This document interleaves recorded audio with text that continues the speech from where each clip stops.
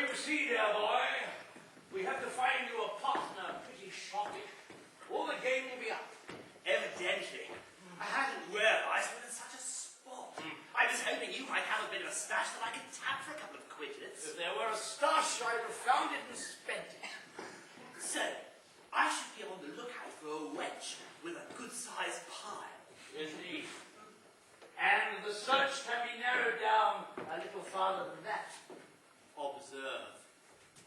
Young Elspeth Shakerley, one of the richest in these parts, as yet unwed, and in a very precarious position. How so? By virtue of being the only child of a lone parent.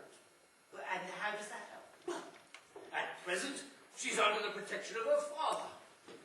Were he to vanish from the scene for any reason, then she'll be under the wing of her aunts.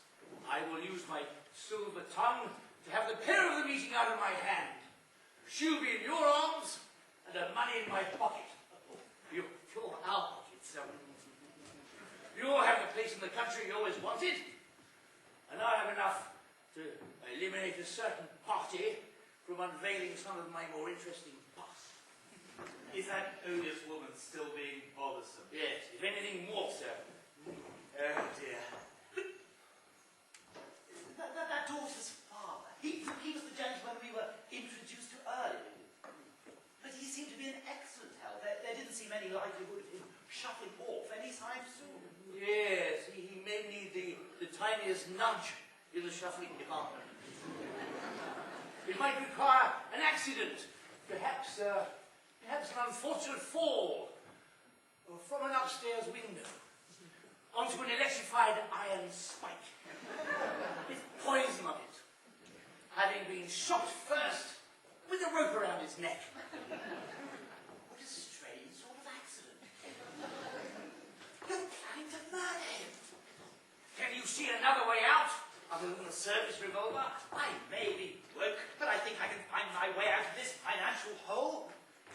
Dash it all, I could even consider getting a job. Surely there's some sort of alternative. A rich widow from some small East European country, perhaps?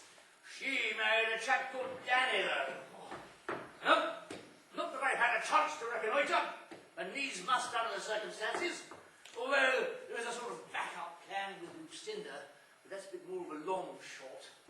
Well, you've seen the girl.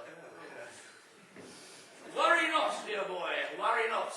I'm sure I'll hatch the perfect solution sooner than I've had a couple of glasses of champers. That's been a thing, don't you know? In the meantime, let's go find our prey. It doesn't have to be poison on the spike, and we may not have to shoot him if the fall is severe enough. Will you keep your voice down? So, just how big is it? Well, it's quite a size. And there's plenty of room for expansion. How spiffing. We're just about to open another one at the Farmworth end of Plawler Lane. And the pit pudding and pie parlour in Bury will be open in a couple of weeks.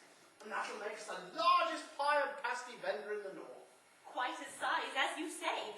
I expect it keeps you awfully busy. Well, not really. It pretty much runs itself. I try to help out from time to time.